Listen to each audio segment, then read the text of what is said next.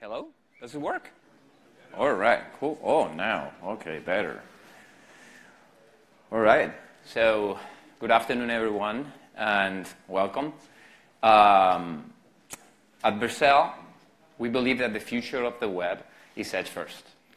You know, edge infrastructure, and we have seen that in the previous talk, is quickly gaining adoption, right? And it enhances the experience for both developers and for the customers that we serve. So maybe some of you are already deploying to the edge, while others may be new to this paradigm. But I hope that after this talk, you are keen to explore its potential and you know, give it a try. Just a quick question before we got started. How many of you are familiar with Vercel? Do you know what Vercel is? Can you raise your hand real quick? Okay, cool. There's a lot of people. That's awesome. Okay, so regardless, today I want to discuss the significance of edge technology and why it's gaining traction precisely now. And we're going to see how it contributes to creating superior, dynamic customer experiences. And my goal for this talk is to help you understand the importance of developing for the edge and how a faster front end can enhance Sitecore's composable solutions to meet the demands of today's digital customers. So my name is Javier Velasco, and I work as a tech lead at Vercel, a company that I joined like 5 years ago, and I helped building since the very beginning. So I'm very, very happy to be here speaking about the future of the web, how we see the future of the web at Vercel in my own country. I'm very close to my home. So I want to get started by rewinding a couple of years back to the infamous pandemic. You know, the coronavirus pandemic, if anything, it fundamentally changed how we work, how we learn, how we connect, and we shop. And it highlighted the urgent need that everyone has towards a digital transformation. Today's digital customers are increasingly expecting more from the brands that they love and the brands that they follow. And this digital experience is what conforms the foundation of the relationship that customers have with businesses. And today, more than ever, users demand a greater speed, more personalization, richer content, increased dynamism in general. So because of the pandemic, essentially 2022 became 2025 in terms of digital acceleration. And it is our responsibility as business, as technology leaders, to make the right decisions that can provide a best-in-class experience for all of our customers. So at Vercel, we strive to make the web faster and more dynamic, to provide developers with the tools and content creators with the tools that they need for rapid iteration and to have an agile business. But what exactly we mean with this term, fast, dynamic, and agile? Well, first and above all, and why are they important? Being fast is super, super important these days and more than ever. Your application must be fast. Deloitte research found that this very interesting insight that just 0.1 second difference on load times can result in an 8% conversion rate increase, which is a quite impressive number. But fast is not just about speed anymore, because Google now, with Core Web Vitals, they incorporate UX metrics like interactivity, visual stability, and others into the search ranking. So it never has been so important to be fast now, because now it's even critical to have a better positioning. Being dynamic means delivering this one-to-one experience to your customers, an experience tailored to their background and previous interactions that they have with your app or your brand. There is this study from McKinsey and Company that revealed that 71% of today's customers expect more personalized interactions whenever they are interacting with your business. But also, it's overlooked very commonly, especially with big companies, how important it is to remain agile. Your organization should always be agile, and you will need to release content, products, features, experiences at a faster pace than ever before. App innovation says that 44% of customers would expect a more digital experience for brand, just in general.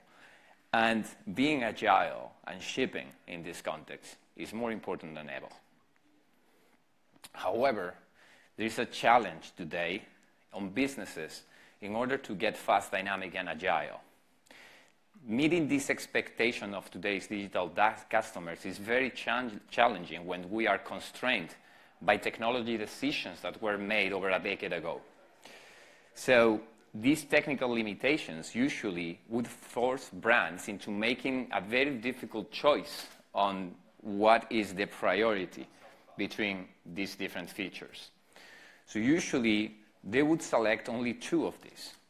And the first and most common way of reasoning about this is to try to go fast and dynamic, because technically you can be fast and dynamic. Having a dynamic site with personalization, with like A/B testing, user interactivity, etc., it's something that is technically doable, but the mere fact of being dynamic has always come with very significant limitations. Dynamism is achievable, but it's at the expense usually of having this infrastructure that is always on and is super costly, and also dedicating very, take a lot of resources and investments and into operations, provisioning, having dedicated teams to build infrastructure that allows you to be dynamic and fast. And that is something that sacrifices your team agility. So this basically becomes a very expensive no-go for businesses in general, especially if you're a small company. Being dynamic and agile would be the alternative. That would get you back some agility, but this is at the cost of reducing complexity in the infrastructure and removing configuration. And that eventually can very easily translate into sacrificing speed. So you can stop investing on it and be dynamic and be agile, but at the cost of course, being slow. So as a last resort, there are many businesses that would choose to completely avoid building customer-centric experiences. And instead of that, they would stick to static pages that can very easily be cached and ensure that you have load fast times and quicker iteration. And the prime example for this thing is how many businesses handle traffic peaks, like for example, when there is a Black Friday event. In that case, people are going to be adding caches and they are going to be adding more stuff into the CDN in order to be faster and to handle all of that traffic. But that makes the experience ultimately static. So what I'm here today to tell you is that with Vercel, with modern composable technologies, you don't have to make these compromises anymore.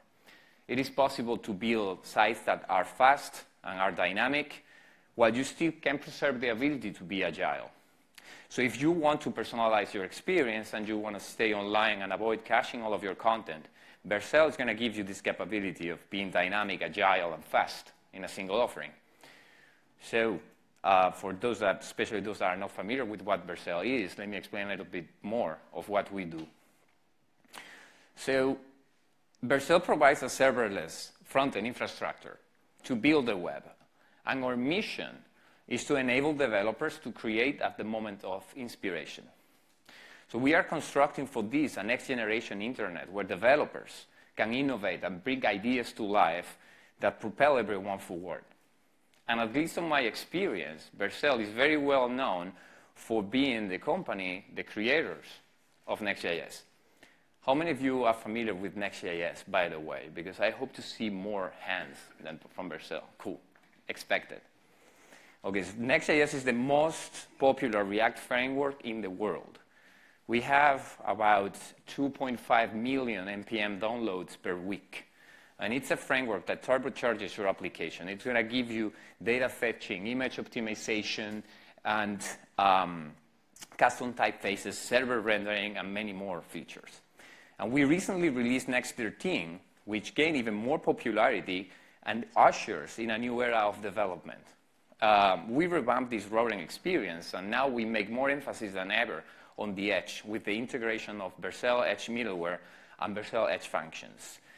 So one very interesting advancement that we made in this product is that now we support streaming out of the box, which allows us to introduce React Server components into Next.13 as a beta product. And that actually defines a new beginning for front-end and a new beginning for React and development in general. But aside from being the creators of Next.js, we also offer a deployment and collaboration platform that enables developers to integrate their code bases and deploy enterprise-ready applications within seconds. These are applications that can be deployed without any configuration at all and are going to be optimized automatically in our infrastructure as it is required, as you are gaining more and more traffic. And this will also get you analytic product, monitoring, logs, and many tools for collaborations, like preview comments, for example. That multiplies team productivity. So in the past, developers had to set up and configure a whole new hosting infrastructure. But with Vercel, you can abstract that work away and then make your business focus on what is important, which is the business logic, and not dealing with infrastructure and availability and so on. We are also an open source first company, and we collaborate with experts and leaders in the industry in some of the most important open source projects in the community. In fact, we hired people that are the minds behind React, and also the creators of very popular frameworks and tools, like, for example, Svelte or Webpack, in order to build the next generation of tools. We also work very closely with companies like Google and Meta and other majors in order to optimize our products, enabling us to innovate on web technologies and adhering to enterprise standards, ensuring that our customers always have the best possible tools. But most importantly, for this presentation, our focus is on edge computing. We leverage the edge to combine the speed of static rendering with the dynamic capabilities of server rendering. Edge servers, now, they don't just serve static content, but also we can render content and allows us to be dynamic at the speed of static. Although we now have edge functions too, the inception of this, a most clear example of this, was the introduction of Vercel Edge middleware. With Vercel Edge middleware, you can execute code, in case you're not familiar with it, before the request is actually handled. So you can use dynamic parameters like geolocation, session, or some state, and modify the response. So let me show you a quick example of how simple that is in Next.js. So as you can see there, middleware can be configured to trigger on only one specific page. And then you can go and check the request origin country, for example, which is information that you're going to have available at the edge. And then you can have, for example, a list of countries that would be blocked in your application. Then you can later check that reject list against the geolocation that you just read from the request. And then based on that, decide where are you going to be routing that page. So eventually, you are going to be dynamically deciding which static page you want to render under certain circumstances. And this is something that unlocks, like this same logic, many other use cases, like localization and internationalization. You also have authentication, feature flags, A/B testing, etc., enabling what we mentioned, dynamic at the speed of static. But one interesting thing that get asked very often is that the edge is not a new concept. And we have been dealing with it for quite a while now. We have had CDNs since forever ago, hosting our assets and images and rendering. So why we didn't adopt this approach earlier? Why didn't we get into this business of rendering at the edge before? And there are two main reasons why this is the moment where this is happening. The evolution of granularity of computing units is one of them, and the second one is the innovations that we did in compilers over the years. So over the years, we progressed for hosting, for computing in the web, from mainframes to bare metal, and then that evolved into VMs, right? And dedicated VMs. After that, we got into containers. And then we moved in 2023 to edge workers. But also we have had for a while Lambdas, which is a similar concept. So you can see that over time, computer virtualization technologies have been becoming more and more granular. And now, today, when you deploy an edge middleware to Vercel, what we are doing is creating this incredible, super small and fast edge worker that can spin up compute on demand at the world, everywhere in the world at the speed of static. And obviously, it's like a CDN, right? It's an edge network. So we are aiming to have maximum global reach at Vercel. But we don't have compute running everywhere in the world, obviously. That would be super expensive and super stateful, and matter of fact, would be completely against this idea of having serverless architectures. In these architectures, we can spin up resources, scaling up and down really, really fast.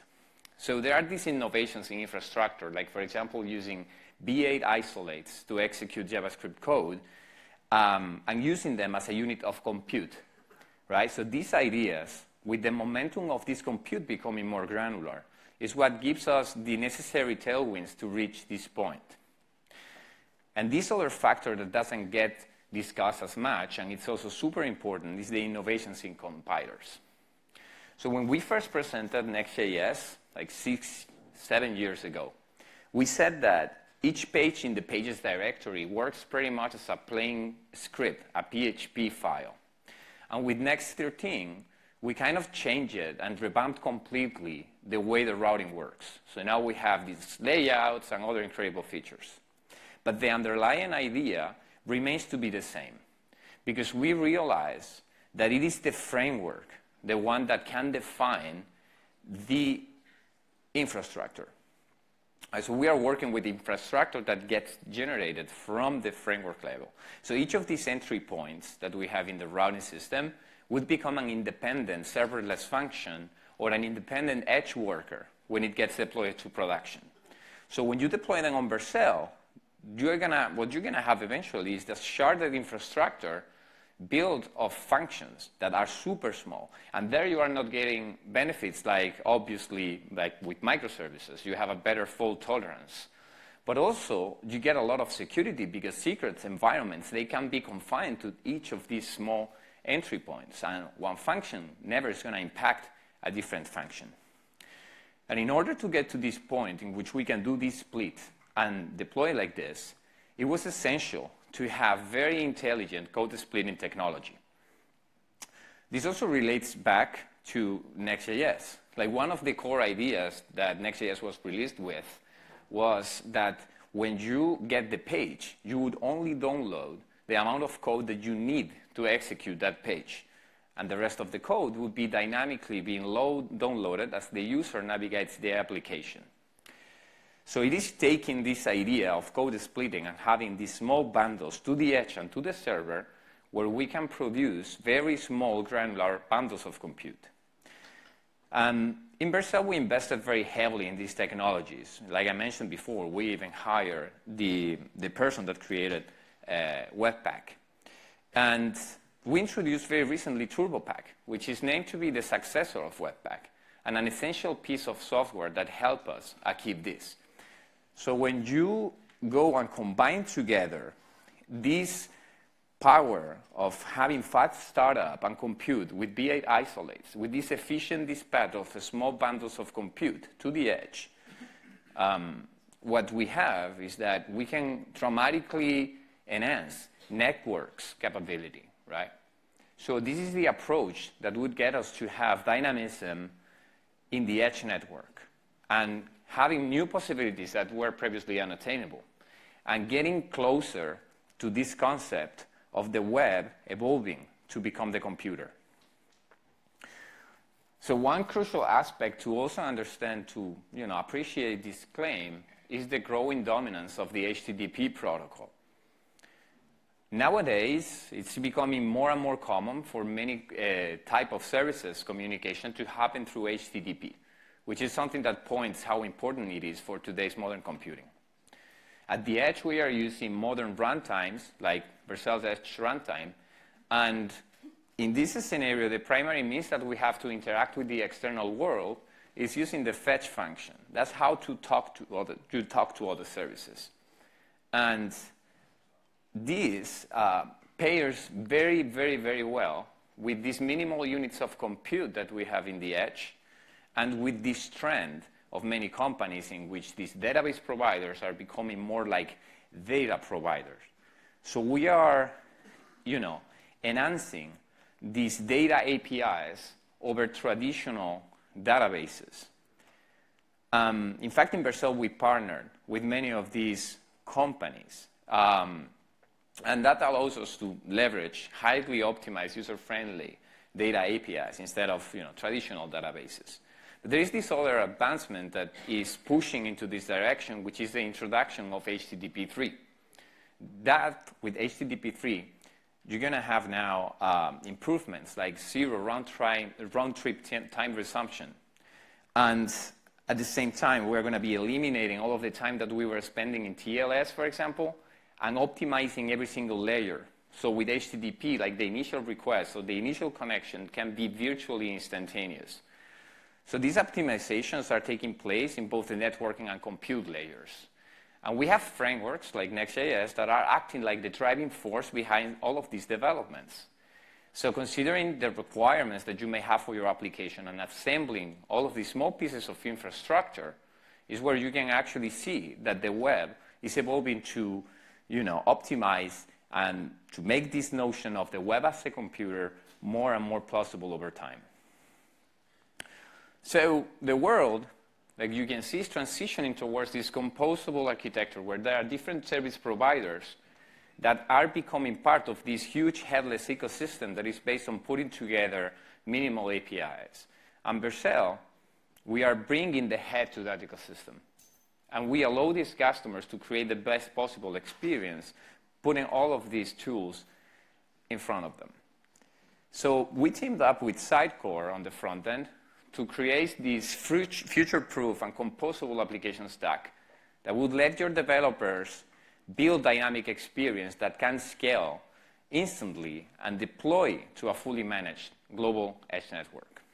So customers that have already worked with Sitecore before can leverage all of these decades of experience of being a world-class CMS and a personalization engine and many other features like this customer data management and so on. And now you don't have to make this compromise that we previously mentioned. You don't have to decide if you're going to be going fast and dynamic and reject to be agile, because now you can be fast and dynamic and agile using Sitecore and Vercel. Because, Sitecore and Vercel apps are going to be always fast and scale automatically. We integrated with Sitecore DXP so we can take your content and we push it to our global infrastructure. Then it's going to get transformed into React components, and therefore these components are going to be eventually transferred into rendered HTML. And this is a very efficient process on our side. Instead of having users that are continuously hitting your backend and doing database queries and managing all of these states, we are kind of inverting the data flow. So Next is going to be fetching and connecting to data sources, and it's going to update only when these data sources are changing. So this allows us to have a very optimized scenario in which compute only happens when it's necessary, thanks to these features like incremental static regeneration. And this provides a tremendous layer of security for customers because you don't have to deal with stateful anymore, and you don't have to deal with how much load I have in my server. Right now, what you can have is content always ready and cached to be served for your customers, and you can bring dynamism to that content. So this is bringing both security and performance in one single offering. But not only that, but we are very helpful by allowing you to regain agility. And the experience there is going to be completely decoupled from the architecture. So you still have all of the benefits that Sitecore offers, but also developers can become more agile people can just iterate on the front end at the speed of thought. They can transform the front end, thanks to Vercel preview comments, into an experience that is very close to what Figma gets us.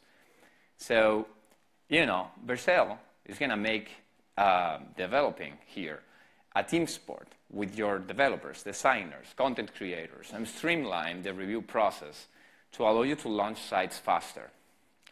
For web updates in particular, where there is no intervention required from developers at all, Vercel also integrates with XM Cloud now. So content editors can just go to Sitecore, make changes, and then publish pages on the fly without the intervention of any developer.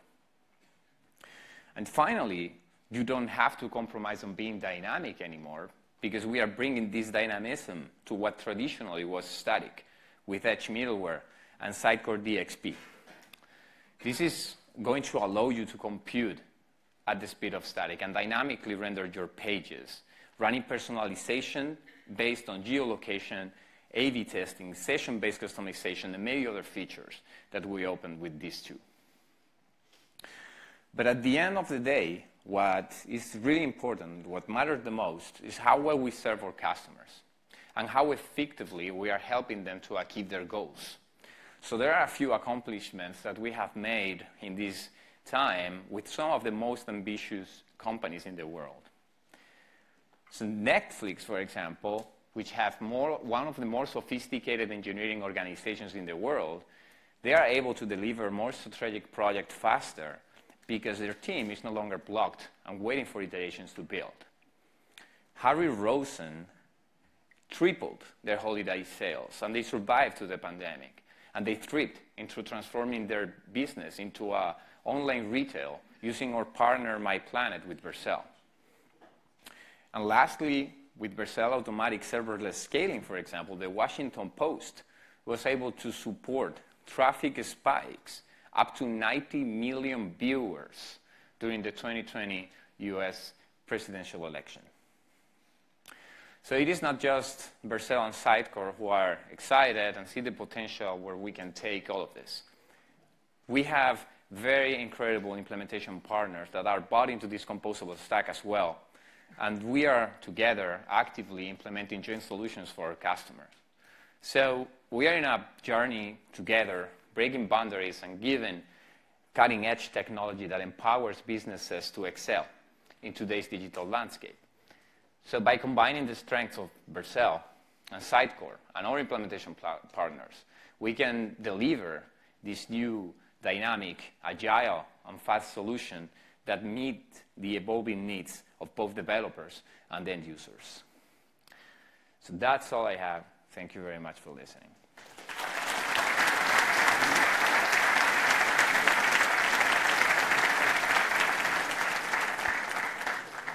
Thank you very much, young man.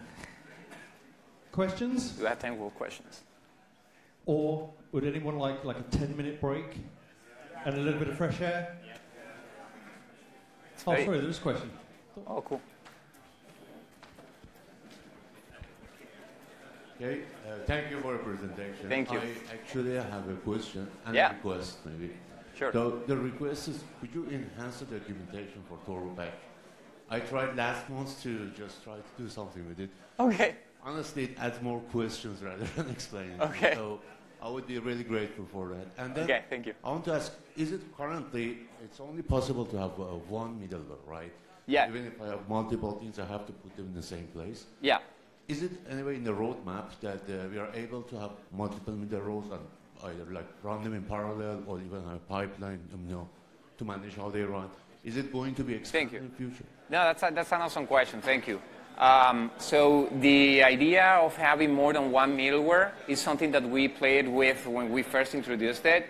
But in general, this is going to lead to many other undesired side effects, so to go somehow.